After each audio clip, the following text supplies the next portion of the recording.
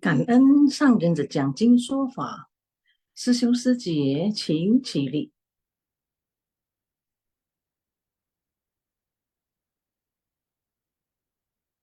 请合掌。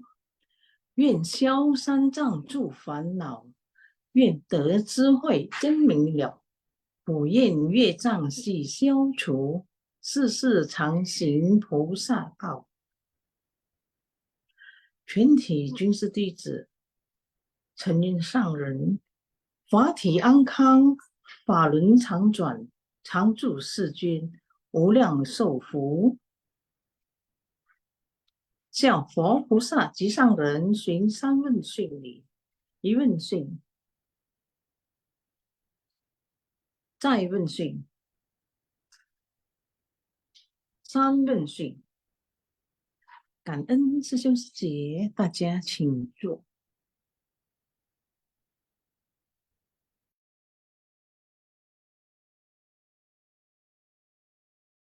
Selamat pagi Sisyong Suje, saya Vivilia mendapatkan berkah untuk menjadi moderator hari ini. Jadi kita mulai dengan doa dulu ya sebelum intisari. Silakan, host. 我的心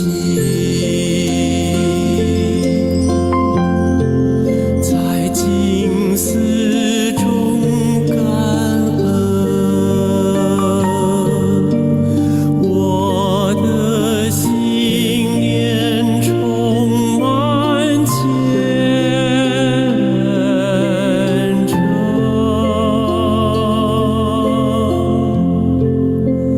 大家一起来祈祷，从不同角落地点，祈求平安吉祥满人间。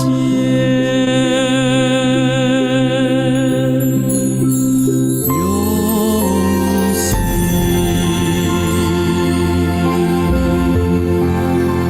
祈祷，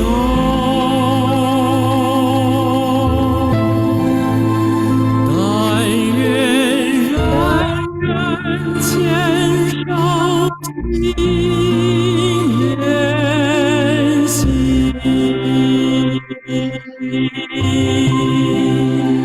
开启光明道海，徜徉智慧福德，做过世界显光明。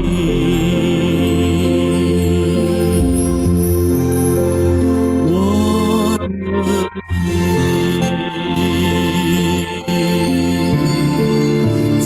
静思中感恩，我的心念上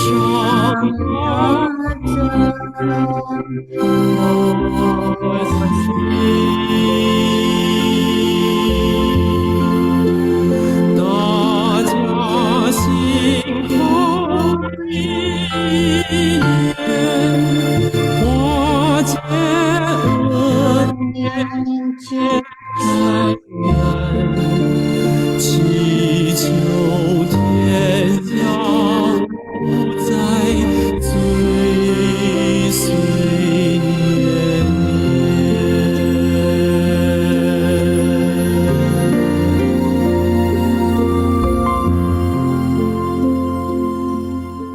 Semoga manusia disucikan hatinya, dunia, masyarakat harmonis dan bebas dari bencana. Jadi kita mulai dengan intisari hari ini.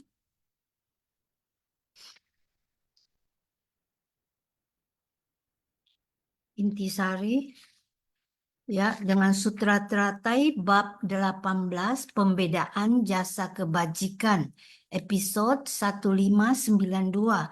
Dan saya perkenalkan mitra bajik saya Weni Sejie untuk membacakan catatan tangan. Pagi sư兄师姐，感恩菲菲亮师姐，感恩上人开示，感恩师兄师姐semuanya. Kita mulai dengan membaca catatan tangan. Judulnya judul. Dalam mencari dharma, hendaknya sepenuh hati dalam memasuki jalan, agar dapat memahami prinsip kebenaran sejati, membangun tekad untuk mencari pengetahuan dan pandangan Buddha, guna mencapai pencerahan sejati dan sempurna. Secara mendalam, meyakini maksud hati dan harapan mendasar dari Buddha, berpegang pada ikrar agung selamanya tanpa pernah mundur. Sesiung Sejie, di sini kita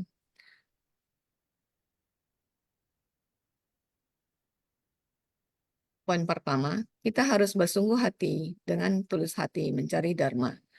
Bersungguh hati memasuki jalan. Ini adalah hal yang mesti dipersiapkan oleh batin setiap orang. Dengan adanya sebersih pikiran ini, praktisi yang memiliki niat demikian akan mampu memahami dan menghayati jalan agung. Kita harus memahami dan menghayati jalan agung, dan masih harus membangkitkan tekad tiada tara. Semua ini adalah sebersih pikiran yang tidak boleh sedikit pun menyerah. Dengan memiliki niat, kita baru mampu memahami prinsip kebenaran sejati. Memahami prinsip kebenaran sejati, kita terlebih dahulu harus memahami hati Buddha, hati makhluk awam, dan para makhluk. Jika Anda dapat terhubung dengan hati Buddha, maka dengan sendirinya harapan mendasar Buddha, pengetahuan dan pandangan Buddha, dan kebenaran sejati akan selaras. Ya. Mungkin di sini saya sedikit sharing.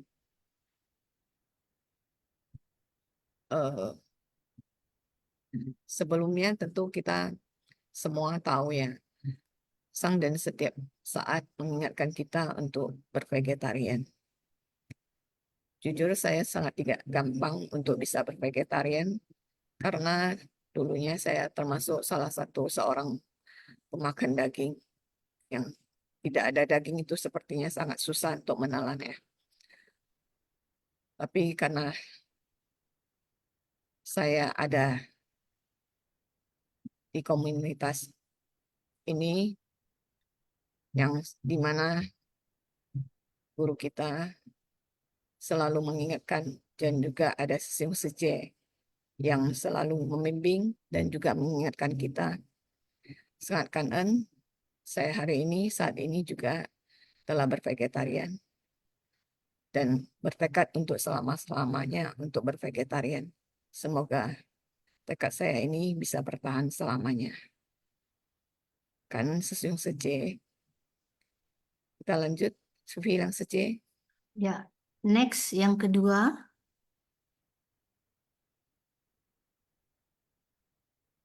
Jadi, karena ingin selaras dengan hati Buddha, kita harus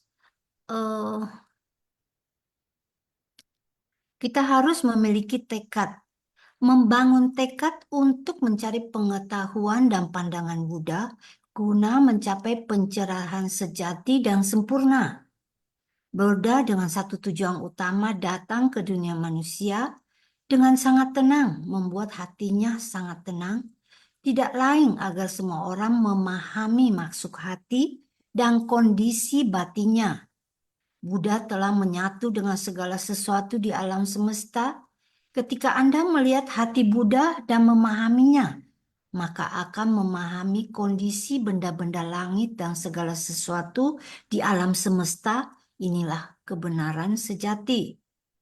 Buddha ingin menuntun kita memasuki kebenaran sejati ini adalah sama dengan Buddha memahami kondisi segala sesuatu di alam semesta, yaitu secara keseluruhan semuanya telah memasuki hati Buddha. Jadi di sini dikatakan bahwa dengan kita memahami prinsip kebenaran sejati, ini berarti kita telah memahami hati Buddha. dan juga hati makhluk awan dan para makhluk. Dan juga dengan pengetahuan dan pandangan Buddha, segala sesuatunya akan selaras agar kita juga bisa mencapai pencerahan sejati dan sempurna. Dan juga dengan kita memahami, meyakini maksud hati dan harapan mendasar Buddha dan kondisi batin Buddha, juga kita perlu adanya tekad sehingga kita bisa benar-benar bisa menghayati jalan agung ini. Next.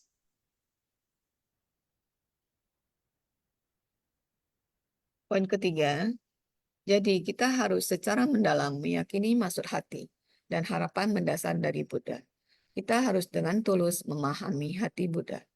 Harapan mendasar dari Buddha dan panorama batin Buddha adalah setelah beliau mencapai pencerahan. Kondisi di mana beliau berpadu menjadi satu dengan alam semesta. Oleh sebab itu, kita harus memahami batin Buddha, karena Buddha memiliki batin demikian. Barulah bisa mencapai pencerahan. Bagi batin Buddha, para makhluk di dunia semuanya adalah merupakan anak yang paling Buddha perhatikan, kasihi. Guru pembimbing bagi 3 kelompok alam dan ayah dari 4 jenis kelahiran. Dengan sebersih ini untuk memberikan perhatian pada makhluk di dunia, memegang sebersihnya pikiran ini untuk datang dan pergi selama kalpa yang tak terhitung jumlahnya, memasuki 5 alam tumibam lahir untuk memberi perhatian pada semua makhluk, menolong dan mencabut semua penderitaan dengan satu hati dan tiada tekad kedua, sepanjang jalan terus berjalan melaluinya. Barulah bisa selama-lamanya langit kekal dan bumi abadi, mencapai pencerahan sepenuhnya akan kebenaran sejati dari alam semesta dan berpadu dengan alam semesta menjadi satu. Next.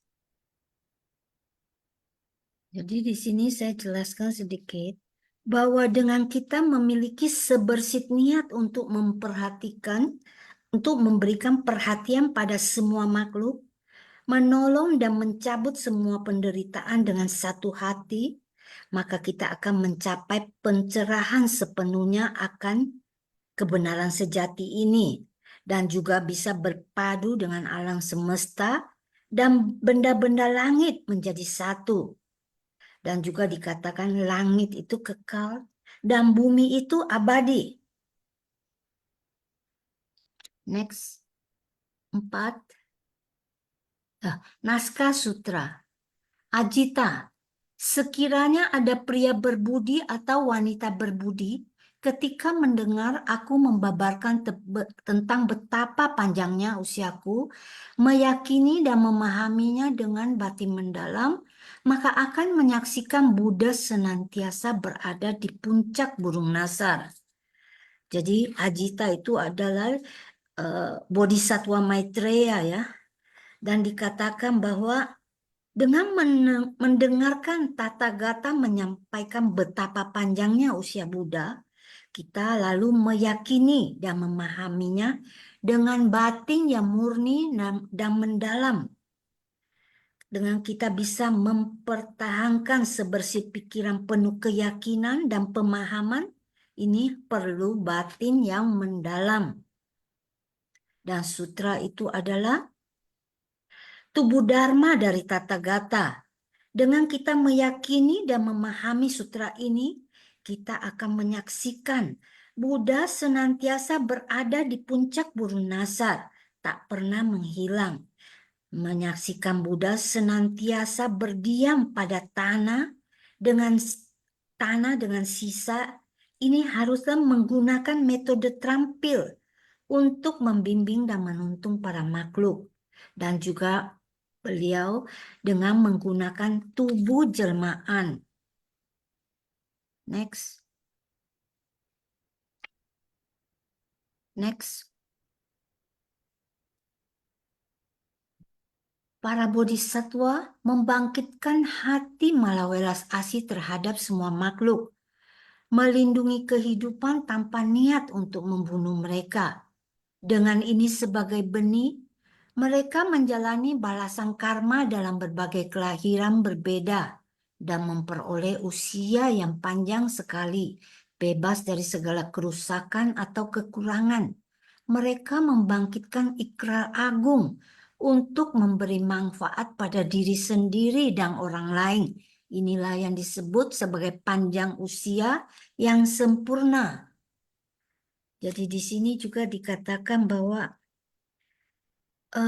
di dalam Sutra Teratai itu kondisi sepanjang jalan dari jalan ini sungguh indah dan beragam.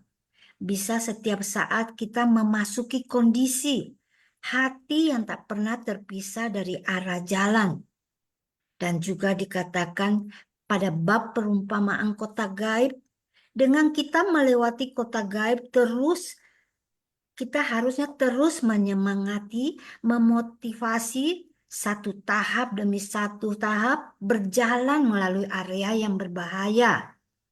Sehingga guru pembimbing mendorong kita, janganlah berhenti, harus menuju ke depan dan juga tidak mundur. Guru pembimbing membimbing dengan penuh perhatian. Next.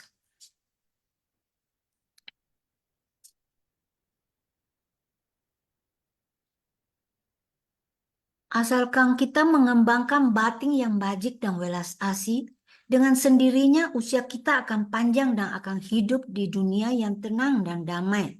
Tidak akan ada yang saling membunuh atau melahirkan. Di antara sesama, tiada terjadi hal ini lagi.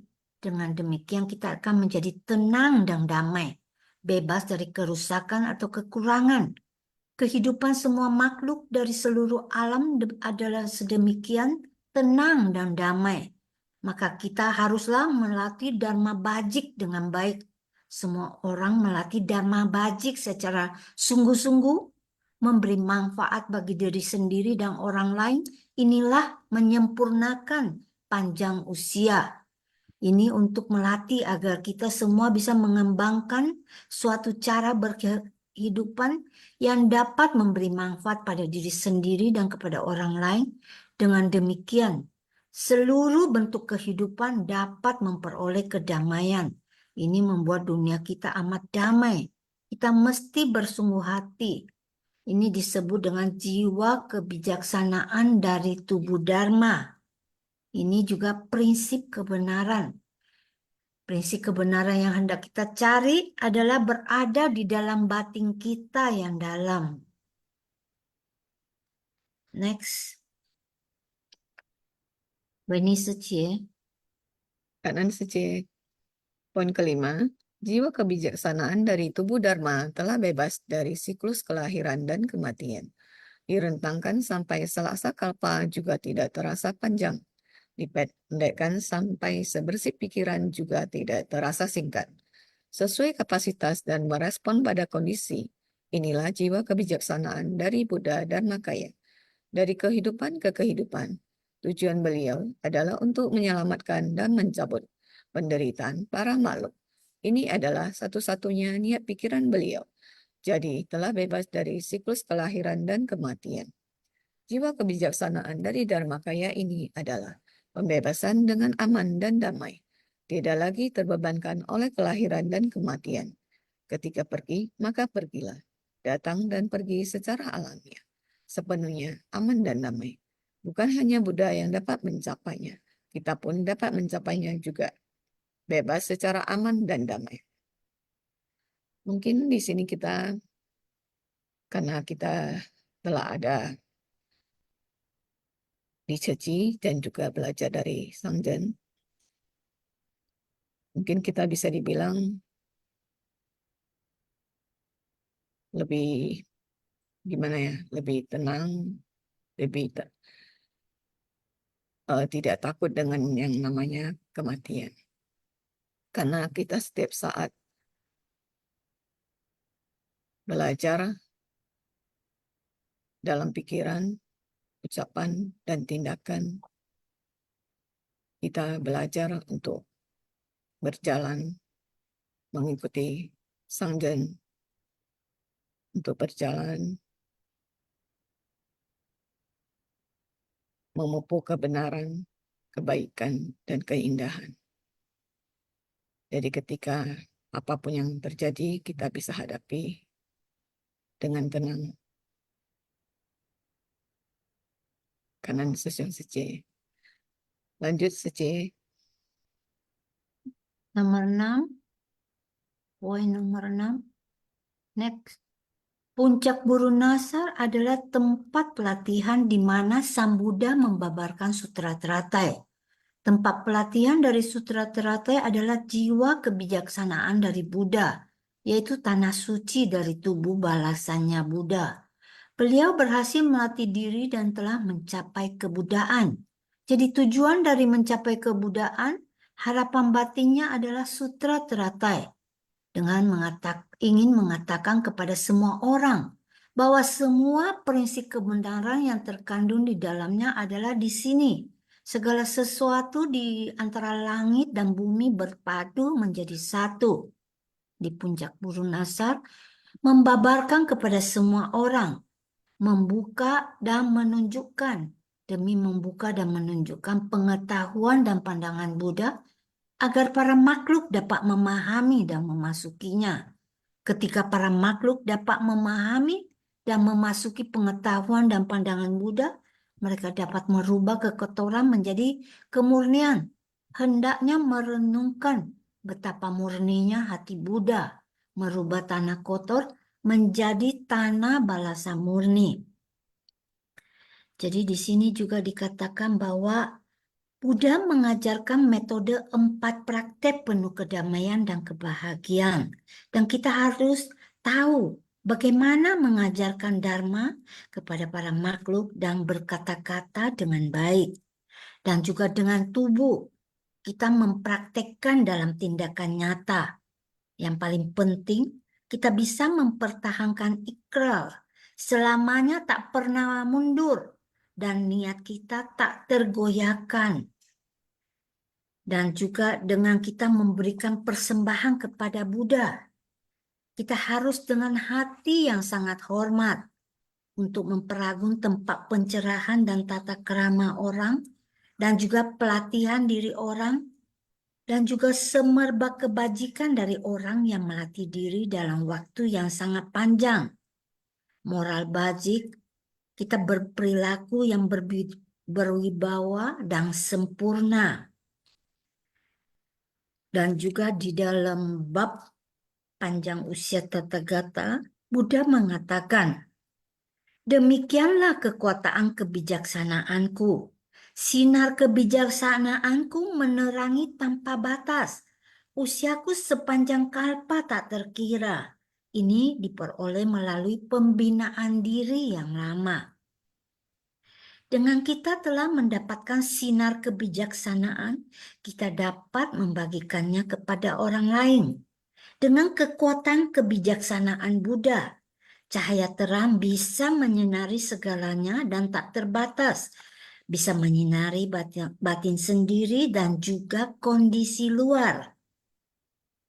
Dan juga tadi dikatakan bahwa para bodhisattva itu telah membangkitkan hati welas asih terhadap semua makhluk dengan melindungi kehidupan tanpa niat untuk membunuh mereka. Dengan ini sebagai benih, mereka menjalani balasan karma dalam berbagai kelahiran yang berbeda dan memperoleh usia yang panjang sekali. Jadi di sini juga dikatakan dengan melindungi kehidupan, kita harus bisa bervegetaris dan jangan membunuh. Inilah salah satu bentuk melindungi para makhluk dan inilah hati welas asih. Jika manusia membunuh hewan, ini membuat dendam kebencian berkepanjangan kepada para makhluk. Sehingga siklus sebab akibat masing-masing memiliki kondisi dan balasan karma. Setiap orang memiliki hati bajik, akan bisa mengubah dan mengikis dendam kebencian yang berkepanjangan. Ini juga disebut mengurai ikatan permusuhan, tidak lagi saling membalas sehingga dunia bisa damai. Next.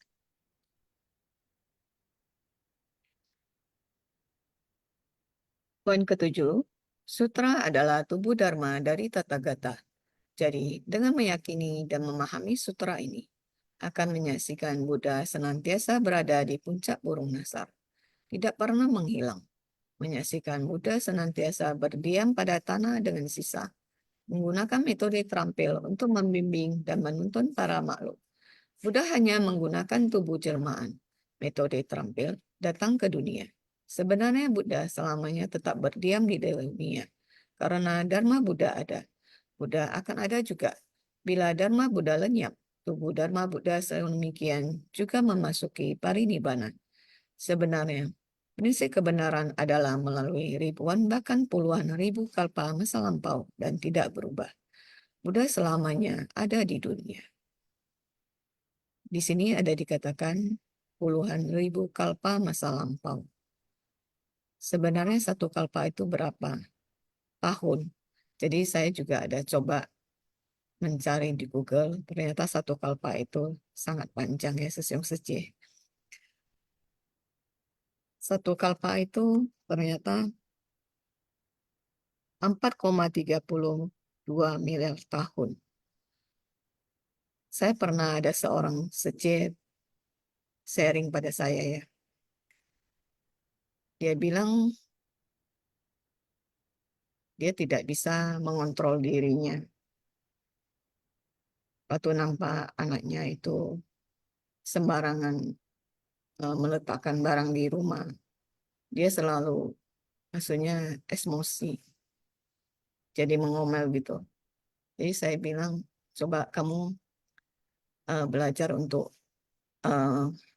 membantu anaknya itu meletakkan barangnya dan belajar untuk diam.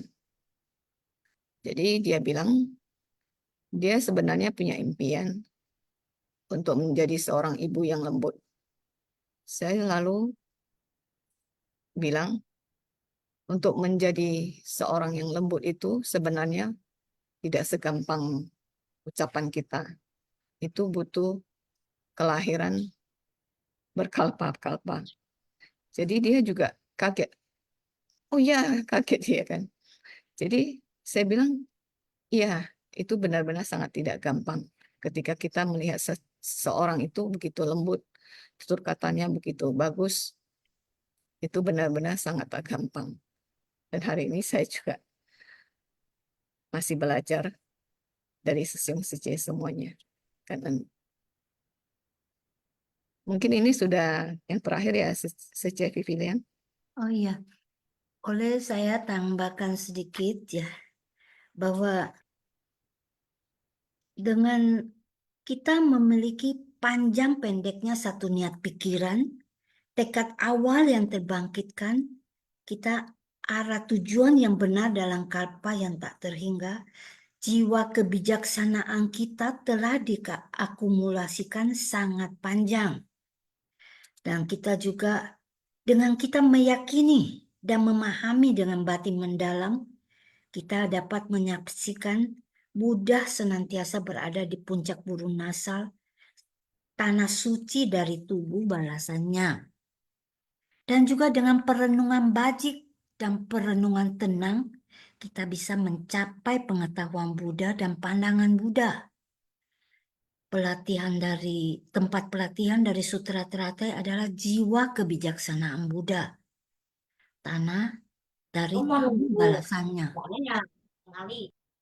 Tanah balasan tak lepas dari tanah transformasi.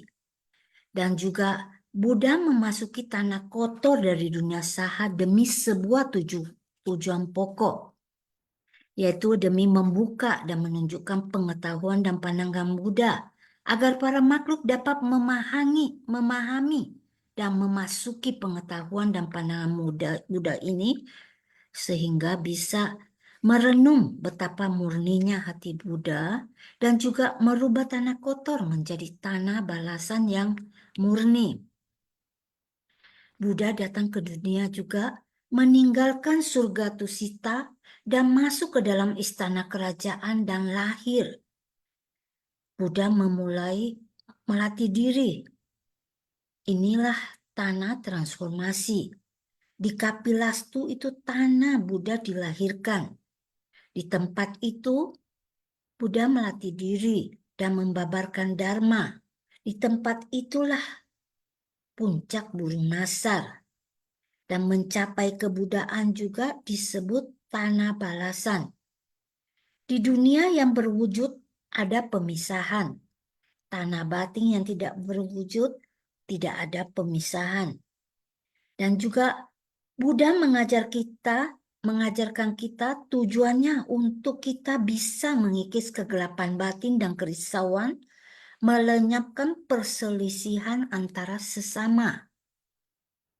Dan juga menyaksikan Buddha senantiasa berdiam pada tanah dengan sisa adalah metode terampil Buddha menggunakan tubuh jelmaan. Sebenarnya Buddha akan selamanya berdiam di dunia ini. Dharma Buddha ada, Buddha akan ada. Dharma Buddha lenyap, tubuh Dharma Buddha demikian juga memasuki parinirvana. Dengan kita mengikuti terus jalan bodhisattva menuju ke depan, sehingga panorama batin kita ada, Dharma juga ada. Dharma akan berada di dalam batin kita, usia akan panjang. Kang En Sesiong Secie. Sekarang kita mulai dengan sesi sharing ya. Bisa langsung buka mic atau bisa raise hand ya. Silakan. Ya, Dan, Sesiong Secie, kita belajar sharingnya. dan juga saya melihat banyak sekali Sesiong Secie yang tidak hadir ya. Hari Sabtu ini mungkin banyak kegiatan. Jadi kalau bisa Yohana Sesiong bisa sharing kah? Waktu dan tempat kami persilakan.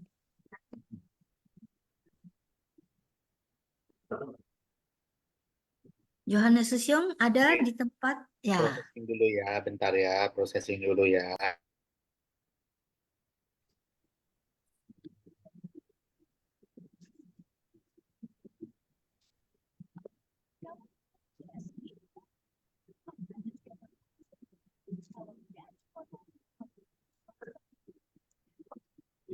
Secie, mungkin saya izin Ya. mengucapkan Boleh. kanaan ya. Nah, Sesiong mau sharing ya, Sesiong dulu sharing. Oke, nggak apa-apa, Secet. Saya lagi processing dulu, soalnya ini maknanya lumayan dalam. Secet dulu deh ya. Oke. Saya mau mengucapkan kanaan ya pada Sesiong Secie yang memberi saya kesempatan untuk belajar jadi moderator pagi ini. Kanaan terutama pada banyak sekali relawan di belakang Sinfasiang ini. Sangat kangen, saya banyak belajar, share PPT, share video di Zoom ya, padahal sebelumnya sama sekali tak mengerti ya. Sangat kangen juga saya belajar sharing, belajar banyak hal di Ceci, dan atas dukungan Sesiong Secie lainnya juga saya bisa bertahan sampai hari ini dan aktif di Ceci. Sangat kangen Sesiong Secie yang setiap saat mengingatkan untuk tetap semangat dan tidak pernah mundur. Dan juga pada Chun Secie, Ching Sesiong, kanan Sesiong Secie semuanya. Ayo jangka. Johannes Sesiong udah belum? Oke lah, halo, sorry ya, prosesinya agak lama. Jadi ya, oke, langsung saja kata Sarah Kaisa dan kata Sesiong Secie yang ada di sini ya. Kalau yang di sini itu, kalau saya baca di hari ini kelihatannya mengarah kepada kalau mau belajar sesuatu itu harus dengan dasar pengertian yang benar. Nah, dasar pengertian yang benar itu bagaimana sih? Ya, di sini ya, saya melihat semua relawan ya, atau relawan Ceci khususnya, mungkin mata saya bisa salah ya, sesiman ya, mata saya bisa salah.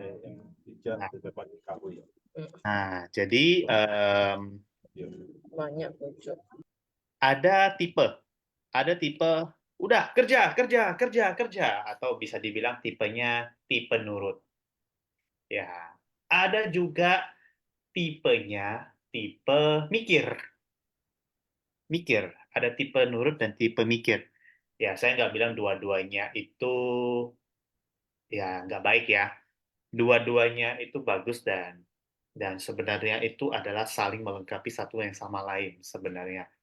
Ya, I don't say both of them. Both of them is good, very good. Ada kelebihan dan kekurangannya masing-masing. Kalau tipe yang nurut, disuruh apa aja mau. Ya, tapi kalau tipe mikir, disuruh apa aja, ditanya macam-macam. Ya, itu juga tanya macam, ini kenapa, seperti itu. Nah, itu juga ya hal yang sudah biasa ya. Nah, tapi ya biar bagaimanapun ada yang lebih bagus lagi sebenarnya dari kedua kedua tipe itu. Yaitu apa? Oh, sebentar ya, ada telepon ya.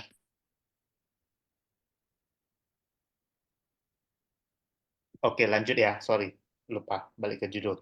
Nah, jadi ya kalau misalkan yang tipe ini ya, tipe ketiga, jadi ya gimana ya? Ini menurut saya sih sangat bagus dan bisa merangsang kebijaksanaan ya.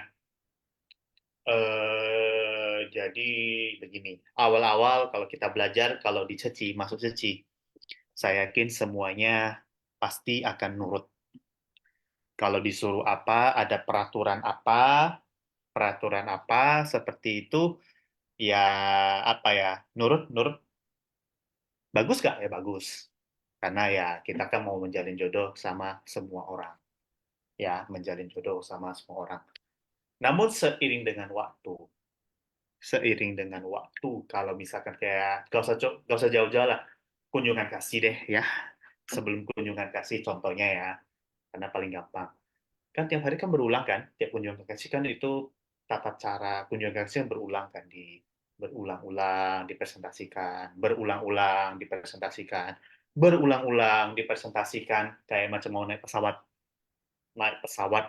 Kalau Sesiong sering naik pesawat juga ya apa ya, naik pesawat pasti tuh kalau lagi taxiway menuju runway, pramugari selalu memperagakan tata cara keselamatan dalam pesawat. Cara keselamatan dalam pesawat. Yang which is, itu adalah salah satu prosedur keselamatan dalam penerbangan. Ya, kalau misalkan di Bandara Kuala Namu ataupun di Bandara Soekarno-Hatta, kan jarak dari runway dan taksi, jarak dari apa ya, garbarata atau jarak dari parkir pesawat ke runway, saya sebut sebagai taxiway, itu kan panjang. Ya, jadi ya lebih santai. Tapi kalau misalkan Sesiong menaik dari Bandara Hussein Sastranegara yang notabene katanya udah nggak beroperasi ya, sorry ya, coba cek dulu ya, katanya dialihkan ke bandara Kertajati ya, sebagian atau apa saya juga kurang tahu ya, silahkan cek. Tapi saya pernah lah ya terbang lewat Bandara Hussein Sastranegara waktu saya kuliah dari Medan ke Bandung, Bandung Medan ya. Bayangin di Bandara Hussein Sastranegara itu jaraknya dekat sekali karena bandaranya sempit dan juga medannya lumayan susah menurut para pilot. Nah, begitu mau masuk ke runway, peragaannya belum selesai. Peragaan keselamatannya belum selesai. Ditunggu dulu sampai peragaannya selesai.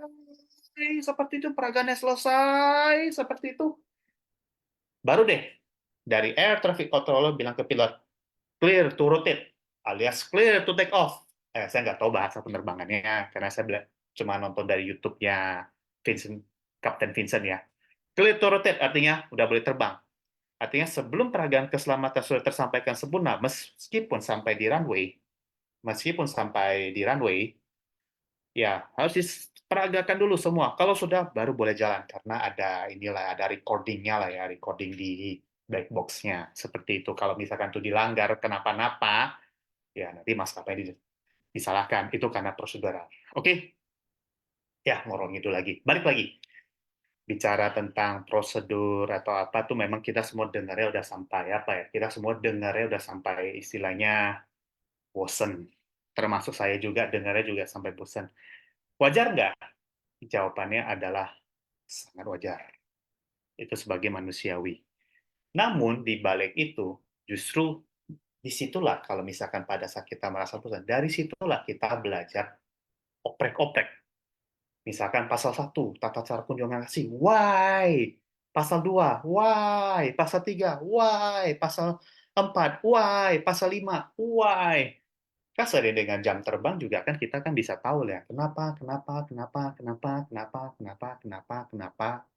Seperti itu.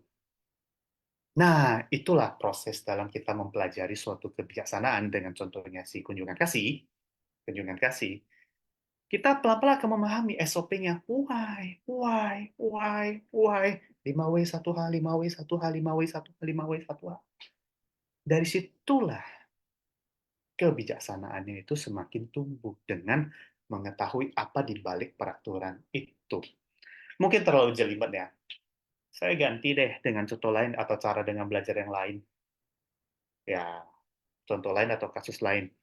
Ada orang tipe yang belajar dengan apa ya, dengan audio. Begitu audio udah ngerti. Ada yang belajar tipe melihat juga ngerti. Ada juga yang belajar apa ya? Ada juga yang belajar tipe kinestetik. Mau praktek dulu baru ngerti. Semuanya salah nggak? Jawaban nggak ada yang salah karena memang bawaannya belajar seperti itu. Yang penting mau yang gimana, apapun itu, yang penting orang itu paham objektifnya. Kita jangan, dan juga kita jangan berdebat. Kita jangan berdebat. Misalkan buat kinestetik di audio kayak gitu ya, jangan suruh mereka mengikuti kemauan dia. Karena dia bisanya audio, ya sudah kita ngomong secara jelas. Seperti itu. Kalau misalkan dia kinestetik, ya sudah biarkan dia pegang seperti itu. Salah satu contoh yang kemarin baru saya ingat, ini tambahan dari saya ya, baru kemarin kalau mempelajari segala sesuatu.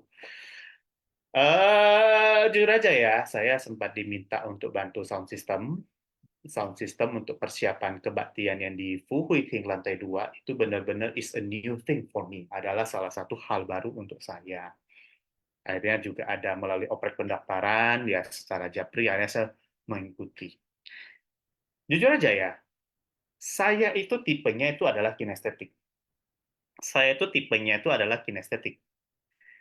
Masalahnya pas mau belajar kan J-2 kebaktian ya, jadi istilahnya dari yayasan langsung turun tangan, langsung kasih ini stepnya, ini stepnya, ini stepnya, ini stepnya, ini stepnya, seperti itu. Ya, ini stepnya kayak gitu kan. Jujur, saya bingung. Bayangin, ada 5 relawan komunitas langsung geruduk di balik apa ya, bergeruduk di balik itu ya memang karena sudah, ya udahlah saya ikuti aturan main mereka lah ya, geruduk mungkin biar supaya apalah ya, yang instrukturnya lebih efisien ya, Pomingpai lah, saya mengerti lah. Nah, pas itu ya, ini menariknya ya, saya sih nggak paham sama sekali sesimen. Tapi karena tahu konsep dasarnya tentang mungkin ya ilmu IT dan ilmu komunikasi atau sistem ya, ngerti-ngerti dikit lah. Sempurna nggak? Penyerapannya berapa persen? Nggak sampai 100%, paling 10-20%. Ya, entah gimana waktu itu ya memang wajar lah, namanya juga berpelan. Dan juga saya itu orangnya kinestetik. Jadi kalau dikasih audio, udah dikasih instruksi juga merasa nggak masuk ke dalam otak, nggak masuk dalam kesadaran saya. Jujur, nggak hafal. Ya, nggak hafal. Akhirnya, aduh, gimana ini? Akhirnya ya udah, akhirnya saya kepikiran satu ide waktu itu, kepikiran satu ide. Kan waktu itu kan ada di grup Shelly kan ada ini kan, kelas budi pekerti. Tepatnya di mana? Di Fuhiting, lantai 2. Oke, saya langsung ikut, langsung daftar, langsung ngomong ke PIC. Boleh nggak saya di belakang layar aja di sound system? Karena saya mau tahu dari dalam-dalamnya, kata PIC-nya. Oke, clear. Akhirnya saya belajar lagi seperti itu, bahkan juga ngetes-ngetes audio, bahkan sampai iseng keluar masuk, keluar masuk, keluar masuk, seperti itu kira-kira karena saya orangnya kayak estetik. Ya, minimal minimal minimal ya dari 20% naik dikit lah 40%. Tinggal pembiasaan. Nah, dari sini kalau misalkan saya biasakan, coba lagi dan coba lagi, apalagi saya kinestetik, ya saya sebut sebagai jam terbang.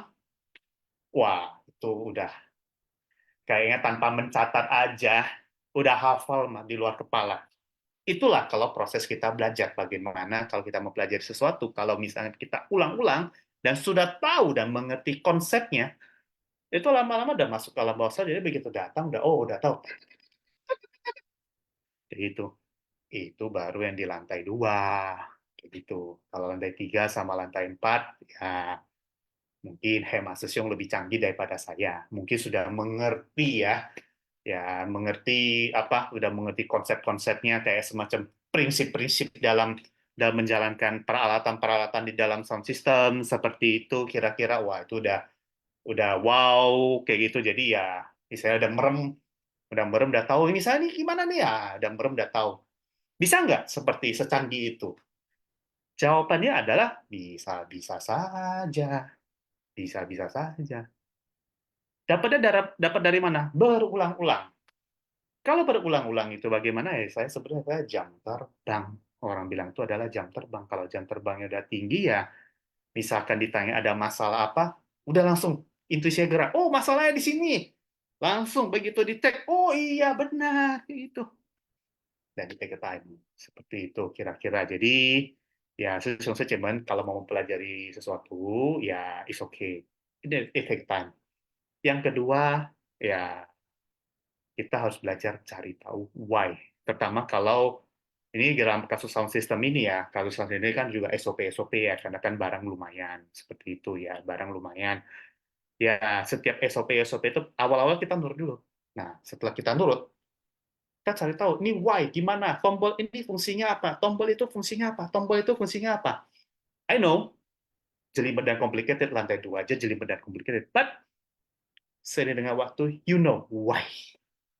Sesuai mana akan tahu kenapa. Ini fungsinya apa? Fungsi itunya gimana? Ini. Itu dijamin kalau dibantu dengan jam terbang ya bisa saingi, bukan menyaingi lah ya, bisa menyamai lah dengan Hema Susyung seperti itu ya. Sorry ya, saya pinjam Hema Susyung karena memang beliau lumayan jago seperti itu ya, pinjam contoh ya. Ya, sekian dulu kalau dari saya. Kalau misalkan ada yang mau disempurnakan, tolong disempurnakan ya. Kanan touch ya. Salam. Atas sharingnya Johannes Sesyong. Masih ada yang raise hand? Soalnya nggak kelihatan. Sepertinya tak ada Seci, atau kita quiz dulu. Ya boleh juga. Host tolong quiznya.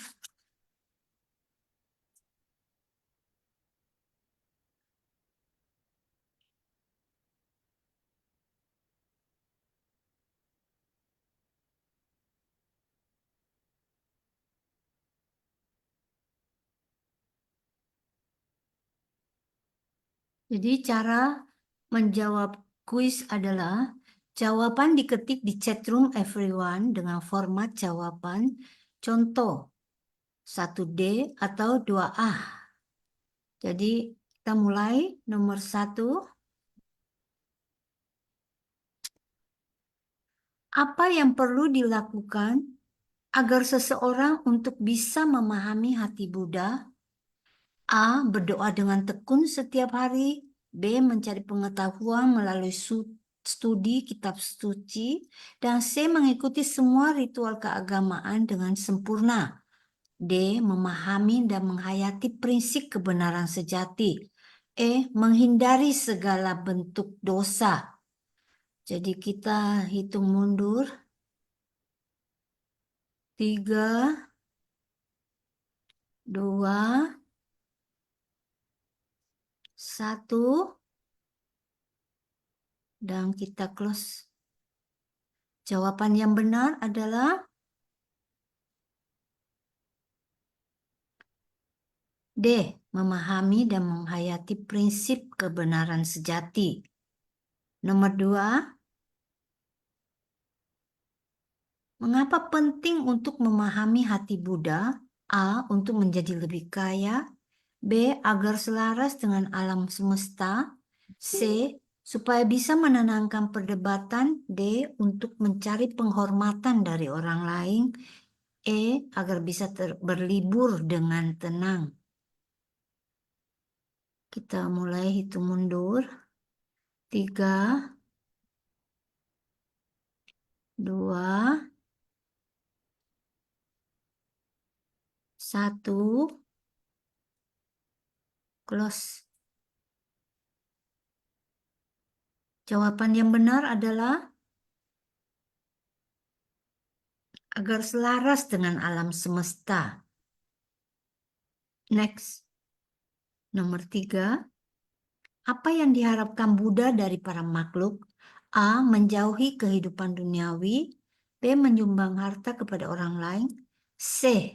Menghindari konflik dengan orang lain. D. Menjadi pemimpin masyarakat. E. Memahami maksud hati dan kondisi batinnya. Kita mulai hitung mundur. 3, 2, 1. Kita close. Jawaban yang benar adalah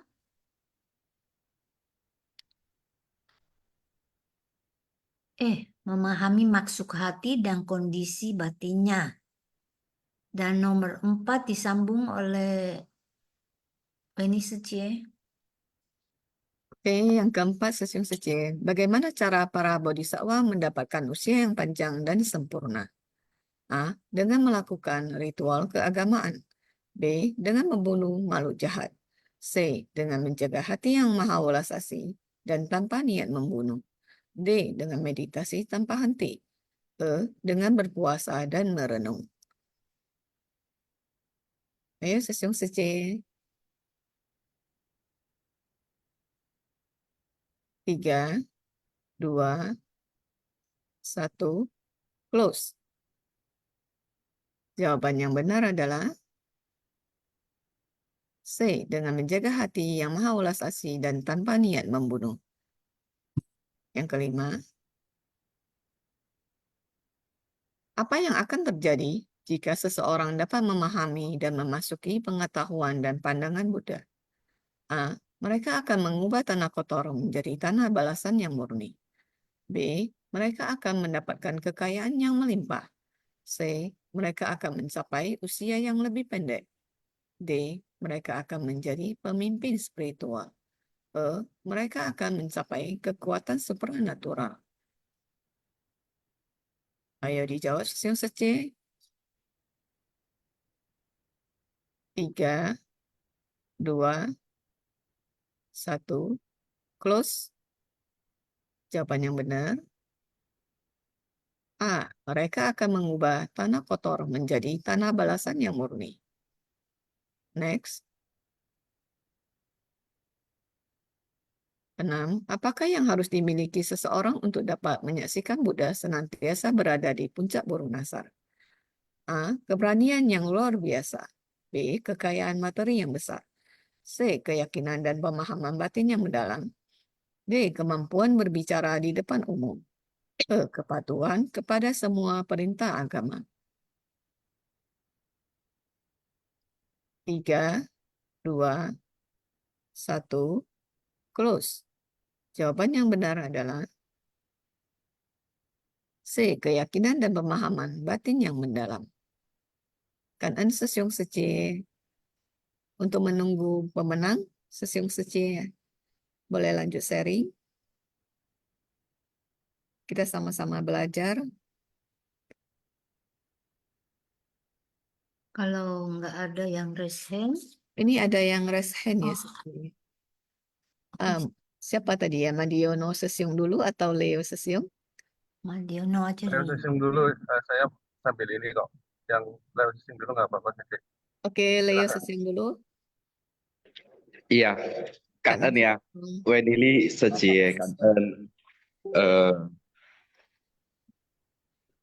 Phi Phi Liang Secie. Ya, 我们感恩上人，我们感恩师兄师姐们ya. Ya, hari ini sepertinya ini ya, Wenili Secie jadi moderator ya, yang perdana ya. Sufuni ya.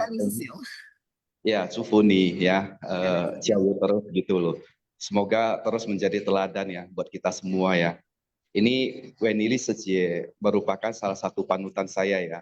Tadi saya begitu terkesan dengan apa yang dia sharing ya, sehingga saya juga ingin ya berbagi dengan semua ya.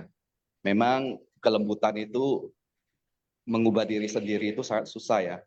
Seperti halnya ya, kita selalu bilang ya, membina diri itu gampang, membina diri itu gampang. Kita itu asal punya tekad, tetapi sesungguhnya semuanya itu merupakan suatu proses ya. Di semua organ tubuh manusia, sebenarnya pemikiran itu yang paling susah dibentuk ya. Kalau kita mau bentuk otot, mau jaga diet, mungkin agak gampang ya. Tapi pikiran manusia itu sangat susah ya untuk dirubah ya. Makanya kita perlu asupan siraman vitamin ya setiap hari ya, mendengarkan Dharma ya, mendengarkan sharing dari Sesiung Seje ya. Sehingga kita juga bisa ya terus mengingatkan diri kita ya untuk menjadi seorang pribadi yang baik. Nah, jadi ya ketika di banyak keadaan ya, kita itu mempunyai banyak tantangan untuk merubah diri kita sendiri ya. Seperti yang diceritakan Wenili Sejie, temannya itu mempunyai tantangan ya untuk mengontrol emosinya ya. Ya, jadi ketika anaknya itu tidak melakukan sesuatu dengan kerapian yang dia inginkan, dia akan marah. Jadi ya di sini tuh saya juga banyak mendapat hikmah ya, bahwa ya kita itu semua bisa ya, dan kita itu harus punya tekad juga ya, selain mendengarkan Dharma ya. Seperti yang selalu dikatakan Wen Sesiu ya, ketika kita mendengarkan, kita menghayati, dan kita juga mempraktekkan ya. Ya, semoga semua harapan juga bisa dicapai ya, untuk bukan hanya untuk saya, tapi kepada Sesiung Sejemen juga. Kan yang sufu nih, Wenili Sejie. Kanan Sesiung.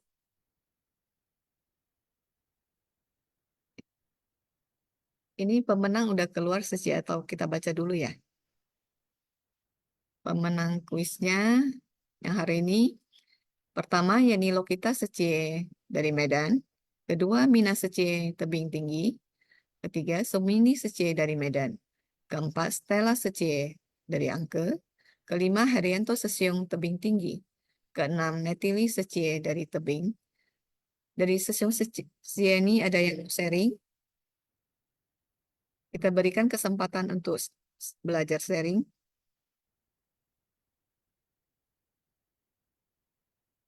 Bilang Sejie, ada nggak izin tidak sharing?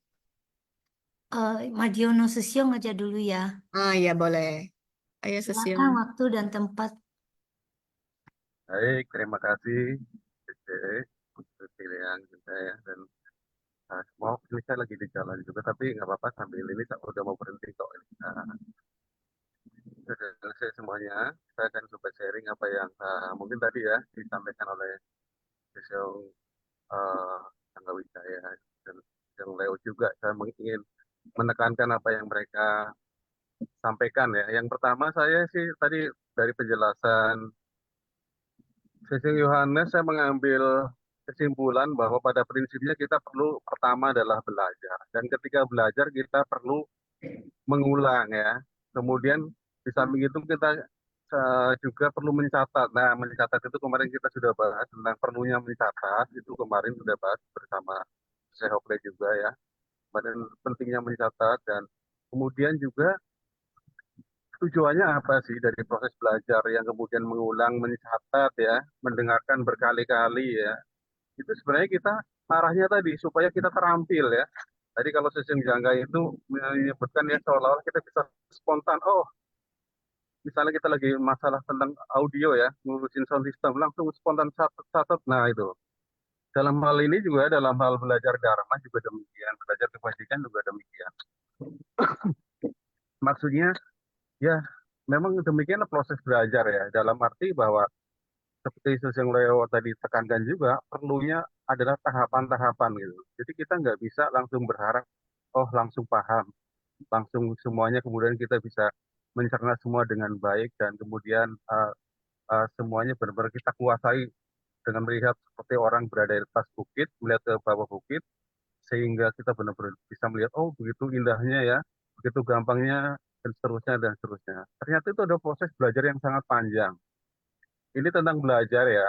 Mungkin saya juga perlu menyampaikan juga di sini ya semuanya kita adalah belajar saling mengasah diri juga supaya apa? Supaya lama-lama kita nanti ada spontanitas juga ya.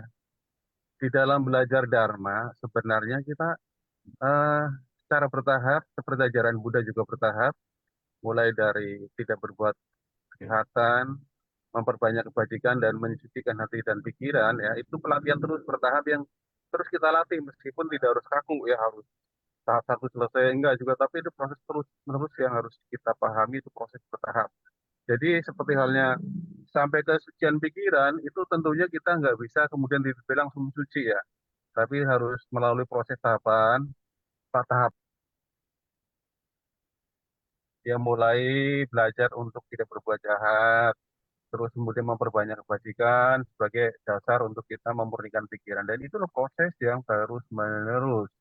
Oleh itu, sesimpel semuanya untuk hari ini kita mendengarkan Dharma yang begitu mendalam tentang Sutra Terate juga demikian. Wah mungkin susah sekali ya kata-katanya begitu mengawang-awang tentang kalpa ya begitu lama. Kayaknya, ah kayaknya kok terlalu mengawang-awang itu kalau kita lihat. Nah ini harus kita pahami ini adalah proses belajar yang panjang.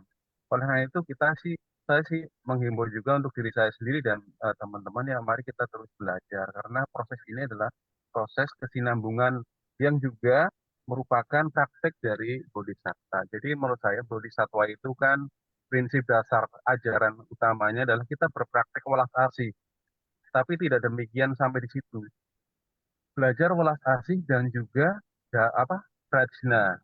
Ya, jadi kalau bodhisattva di dalam kendaraan besar itu kan melaksanakan dua prinsip ini sebenarnya melalui penerapan set paramita ya. Nah, tetapi di dalam hal ini perlu ditegaskan bahwa yang namanya prajna itu tidak semata-mata harus didapatkan dari lapangan gitu. Prajna kebijaksanaan di dalam jalan mulia berunsur delapan itu kan menjadi komponen utama yang pertama kali disebutkan adalah pandangan benar dan pikiran benar itulah kategori prajna atau panya ya, kebijaksanaan. Nah, di dalam praktek nanti ujungnya juga prajna. Jadi prajna atau panya ini sebenarnya adalah kebijaksanaan yang eh, di dua ujung dalam arti sebagai awalan dan juga sebagai akhir. Awal itu berarti kita belajar prajna dari pencapaian-pencapaian orang lain. Pencapaian-pencapaian sama Sang Buddha yang sudah diuraikan melalui sutra-sutra ya.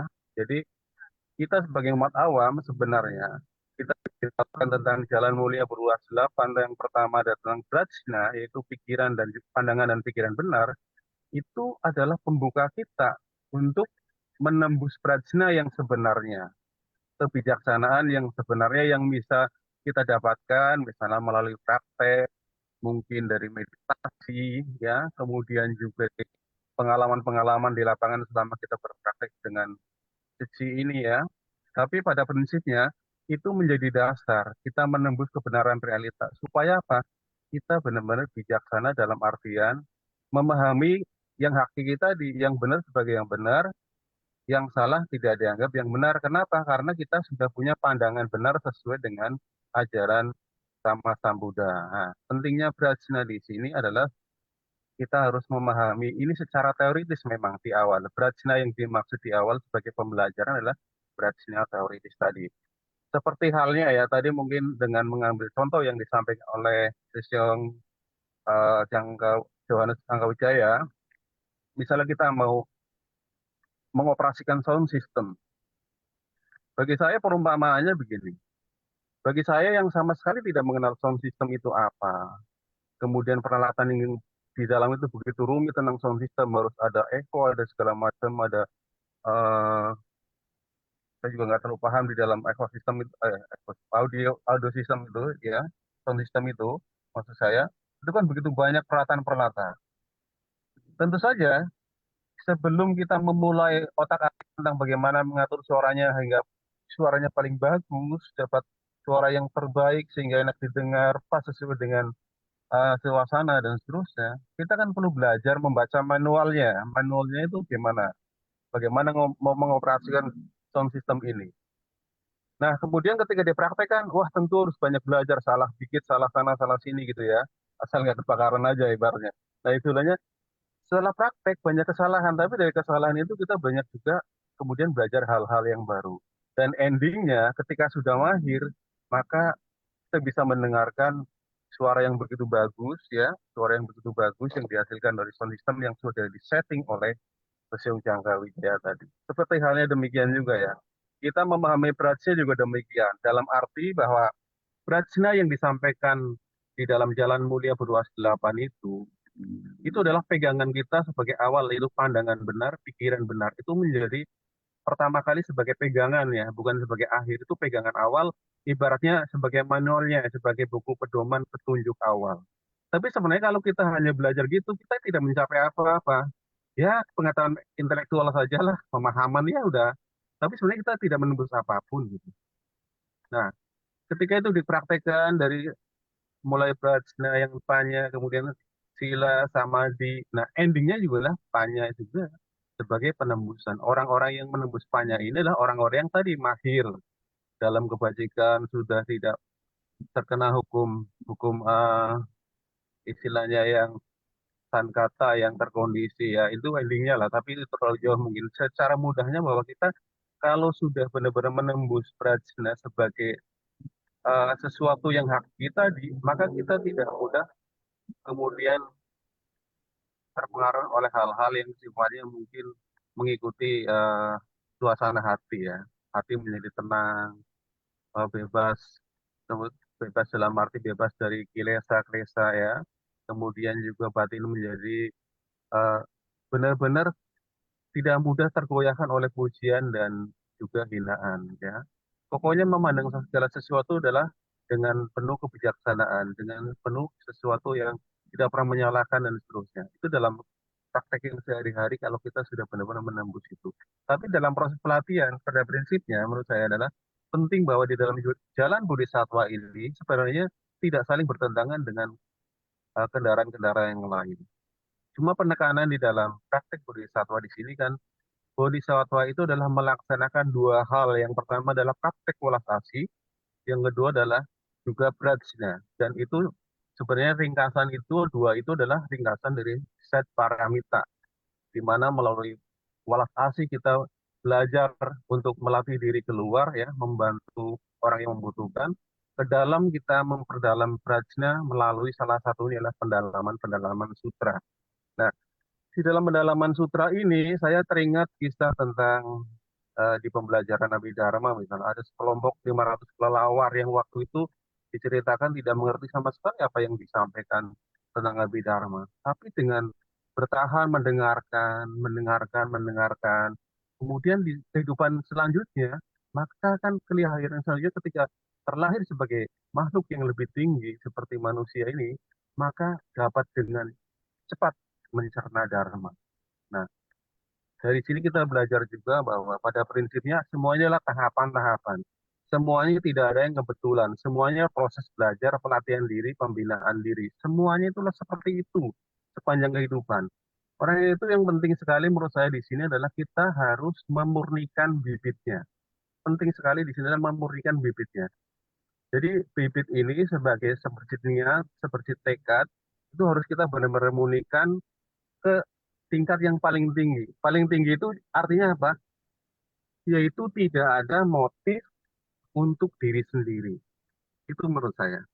Dalam arti begini, kalau kita misalnya berbuat baik, atau hukum karma, yakin kita hukum karma. Hukum karma berlaku berarti itu akan seperti kita menanam padi, hasilnya juga padi. Artinya, kita nggak usah terlalu mencampuri urusan nanti halnya seperti apa. Kita hanya perlunya adalah memurnikan bibit itu supaya bebas dari egoisme ya, bebas dari ketidaktahuan ya, bebas dari pandangan-pandangan bahwa istilahnya mengharapkan balasan buat kita sendiri. Nah, kalau itu sudah kita benar-benar sepuluh hati memurnikan ya, memurnikan benih ini, saya yakin hukum karma kan berlaku.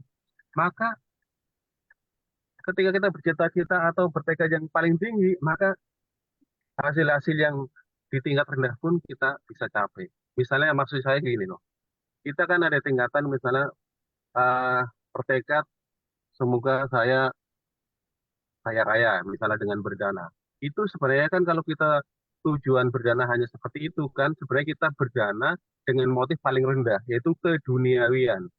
Padahal di dalam tingkatan ajaran Buddha itu ada tingkatan keduniawian yang di tingkat manusia ya, kemudian di atasnya ada tingkat keduniawian dalam artian surgawi yang masih kena juga hukum karma dan hukum-hukum alam yang lain. Ada tingkat keduniawian yang paling tinggi yaitu tentang pelepasan atau pencerahan sempurna itu sendiri.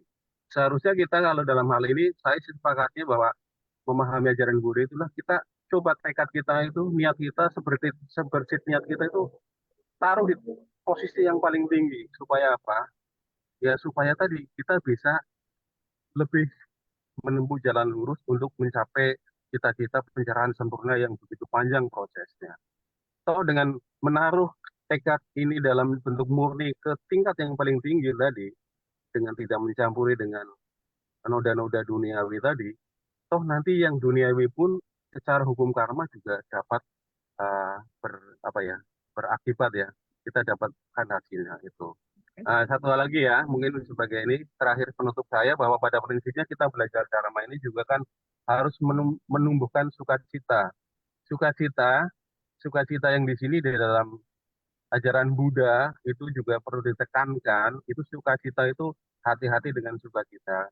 Sukacita itu ada yang memang berafiliasi dengan kebijaksanaan, pengetahuan, tapi juga ada yang berafiliasi dengan loba atau keserakahan ya. Jadi dalam hal ini rasa senang yang sebenarnya kita perlu tanamkan adalah rasa sukacita yang ada pengetahuan tentang dharma, pengetahuan tentang ini baik, ini buruk, sesuai dengan siapa, ajaran Buddha. Dan endingnya adalah kita sebenarnya bersukacita secara spontanitas tadi. Seperti kita sudah mahir menggunakan sound system tadi, maka ketika belajar dharma, mempraktekkan dharma, dan praktek ini benar-benar sudah sukacitanya spontanitas, itu adalah kebahagiaan yang sesungguhnya. Kebahagiaan sesungguhnya adalah ketika kita benar-benar praktek dharma, menerapkan ajaran bodhisattva tentang welas asih dan kebijaksanaan, itu benar-benar kita bersukacita, tetapi bersukacita yang penuh, istilahnya penuh dengan pemahaman benar tadi, bahwa tadi tidak banyak pengharapan terhadap untuk diri sendiri ya. Pengharapan boleh sih sebenarnya, tapi dalam hal ini adalah pengharapan untuk menolong makhluk lain, membantu yang di luar diri kita, itu boleh. Nah, itulah sebenarnya belajar dharma dalam praktek. Sebenarnya kita menumbuhkan sukacita, somanasa ya. Kemudian menumbuhkan sukacita yang dipengaruhi oleh atau yang bersekutu atau berafiliasi dengan pemahaman benar, nyana atau pengetahuan ataupun kebijaksanaan. Dan endingnya adalah spontan. Jadi endingnya adalah Asan Karikang semuanya berharapnya adalah berpraktek dharma, menumbuhkan praktek dharma ini melatih diri supaya apa? Menumbuhkan sukacita yang penuh dengan pemahaman dharma tadi, dengan pemahaman yang benar, dan nanti endingnya adalah spontan. Itulah sebenarnya praktek bodhisattva yang seharusnya kita latih sehingga kita bisa minimal berada di bumi bodhisatta yang pertama, bumi Pramudita, ya bumi penuh kesukacitaan, bumi bodhisattva penuh citaan. Itu seperti yang mungkin sedikit saya sampaikan. Terima kasih semuanya ya. Aun atas sharingnya yang Silakan ya. luar biasa. Ya, sekarang masih ada yang raise hand. Kalau nggak ada, saya panggil Rimba Sesyong ya. Oh ya. Halo, ya selamat pagi ya, Susun Sujeta pakai ini phone saya. Bisa dengar suara saya, Susun Suje? Jelas Sesyong. Sejelas ya. Berhubung tetangga saya lagi renovasi rumah ya, bangun rumah, jadi ada suara, ada agak bising sedikit ya. Maaf ya, Susun Suje. Ya, dengan bab hari ini ya, topik hari ini ya dapat memahami prinsip kebenaran sejati dan bertekad ya untuk mencari kebijaksanaan Buddha. Di mana caranya tadi Master sudah jelaskan semuanya. Terus di mana sebagai murid ya kami ya. Terus ya kita tentu harus memahami makna apanya yang topik hari ini ya. Jadi bisa berulang-ulang saja, bisa ulangi atau Susyong ulangi mendengarkan topik ini ya, yang penting kita bisa paham intisarinya ya. Karena Dharma itu mau bilang simple ya, mentos. Simple ya, memang simple, tapi mau prakteknya ya tidak simple ya. Jadi Susung Suci, memang Master selalu ingatkan kami bukan masalah apa ya, maksudnya siusinya mau jadi kemudahan, kita perlu apa? Selain mendengar Dharma, ya terjun ke lapangan, ya supaya bisa membangkitkan ya welas kasih kami ya dan kasih sayang ya, ya harus berani tunjukkan keberanian ya waktu membantu orang, jangan oh ini nggak berani dekati lah ya kan. Nah itu juga salah ya, bukan salah sampai apa lah, karena memang belum berani lah ya. Kalau berani sih ya nggak masalah ya, karena membantu orang itu satu hal yang sangat indah ya, bisa membuat hati kita jadi gembira karena kok saya bisa saya sanggup ya membantu orang ini ya. Kalaupun kami nggak sanggup pun Buddha suci ada di belakang kami ya. Yang penting kita lewat rapat nanti dari suci bisa bantu juga. Jadi itulah sharing dari saya ya. Kan Susung Suci ya. Kan sisi yang suci. Ya, Kang En atas sharingnya Rimba Sesiong. Boleh saya tambahkan sedikit ya. Dalam kita melatih diri, kita harus bisa memahami dan juga mengenal bagaimana Buddha sampai bisa mencapai pencerahan. Yaitu tujuan besarnya adalah kita bisa meneladani Buddha, apa yang dipraktikkan oleh Buddha, sehingga kita bisa mendapatkan pencerahan, membuka jalan kebenaran.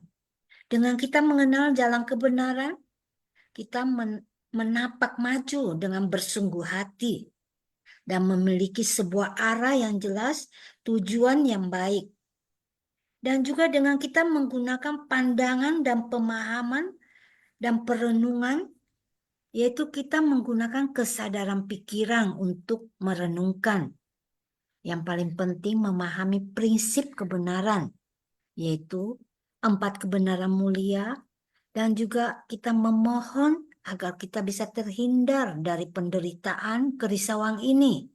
Kita perlu untuk melenyapkan penderitaan. Dengan kita melatih diri, kita berkeinginan memberi kebaikan hanya terhadap diri sendiri. Dan inilah ajaran kendaraan kecil, yaitu melatih memberikan kebaikan terhadap diri sendiri, sehingga mampu mencapai pembebasan dan membuka kebijaksanaan. Dan urusan orang lain tidak ada hubungannya dengan saya. Jadi ini tidak memberi manfaat pada orang lain. Hendaknya kita menapaki jalan bodhisattva, yaitu kita bisa yang itu pasti kita bisa memberi manfaat kepada orang lain dan juga bisa mempraktekkan 4 penerapan. Dengan giat bersemangat, kita bisa mempraktekkan dengan tindakan nyata dan mempraktekkan 6 paramita, berikrar agung. Dan juga kita dalam melatih diri itu adalah dalam selama asamkaya kalpa yang tidak terhitung. Kita hendaknya mempraktekkan ajaran kendaraan besar seperti yang Master ajarkan, masuk ke kerumunan orang banyak, menyadarkan para makhluk. Dan juga sifat bodhisattva itu adalah lembut dan juga ramah, sangat cepat menerima ajaran dan meyakini dan mengamalkan sesuai ajaran dalam mengembang ajaran Buddha. Yaitu kita harus bisa juga membabarkan Dharma dan memberi manfaat kepada semua makhluk. Dengan memasuki kediaman dari Tathagata, mengenakan jubah Tathagata, dan menduduki tahta dari Tathagata. Berusaha sedaya upaya dalam melatih diri, mulai dari ucapan, dari tubuh, ucapan, dan pikiran. Dengan kita bisa menerima Dharma, berarti kita dapat membimbing diri sendiri dan orang lain, melenyapkan delusi oleh pandangan dan pemikiran salah, sehingga tidak ada lagi kegelapan batin. Kerisauan itu adalah sumber pencerahan. Di tengah kerumunan orang, kita bisa menyempurnakan jalan bodhisattva di tempat pencapaian pencerahan. Dengan kita menggunakan ajaran duniawi untuk membentangkan jalan agung dan lurus ini, kita hendaknya menyebarkan Dharma dan memberikan manfaat bagi diri sendiri dan orang lain. Dengan bisa merubah juga diri sendiri dan orang lain, yaitu tabiat buruk yang telah kita punya bisa menjadi orang yang lebih baik. Dan juga kita mempraktekkan Dharma. Dan juga bagi praktisi perumah tangga, yaitu pria dan wanita berbudi, ini merupakan kekuatan besar di masyarakat, yaitu dapat menyebarkan Buddha Dharma. Dan dunia pun bisa harmonis dan batin manusia bisa tersucikan. Dan juga dengan kita melatih 5 paramita, kita tidak melatih pintu kebijaksanaan ini juga kita masih memiliki jarak mencapai kemahatauan. Kita tidak boleh kekurangan jalinan jodoh dengan para makhluk. Dengan jalinan jodoh yang sudah matang, kita dapat mencapai kebudaan. Ta'en Sisyong Secie. Dan sekarang kita kosakata ya, panggilkan Bodhisattva Pusa. Kosakata hari ini. Dengan CV-nya bagus tatapannya. Minta kirim bisa nggak ke saya? Iya, oke.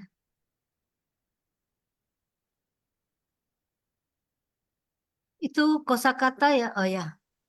感恩师公圣人开示，感恩师姑师伯，静思妙莲华，熏法香与会。Kosakata Shun Fa Xiang, Bab 17, Pembedaan Jasa Kebajikan, episode 1592. Dapat memahami prinsip kebenaran sejati dan bertekad untuk mencari kebijaksanaan Buddha.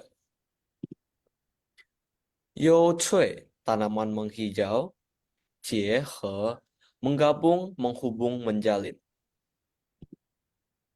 Kaosan Xianling, gunung tinggi dan bukit berbahaya atau curam.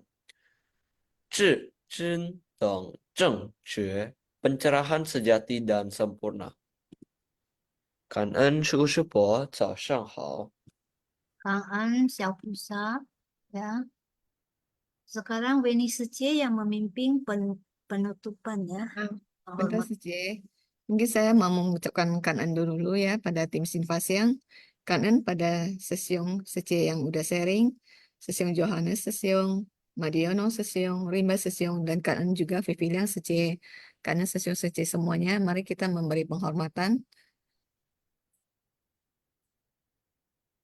Mari kita memberikan penghormatan pada Buddha, Bodhisattva, dan Master. Penghormatan pertama. Penghormatan kedua. Penghormatan ketiga. Kanan Sesiong Secie semuanya. Cao Sang Hao. Taeng kepada semua tim Sinfasian, baik di belakang layar maupun penterjemah semuanya ya. Terima kasih Kang En. Sampai ketemu besok ya malam ya. Besok jam 6.40 Sinfasiannya. Kang En. Dan semua. Dan saja. Amitofo.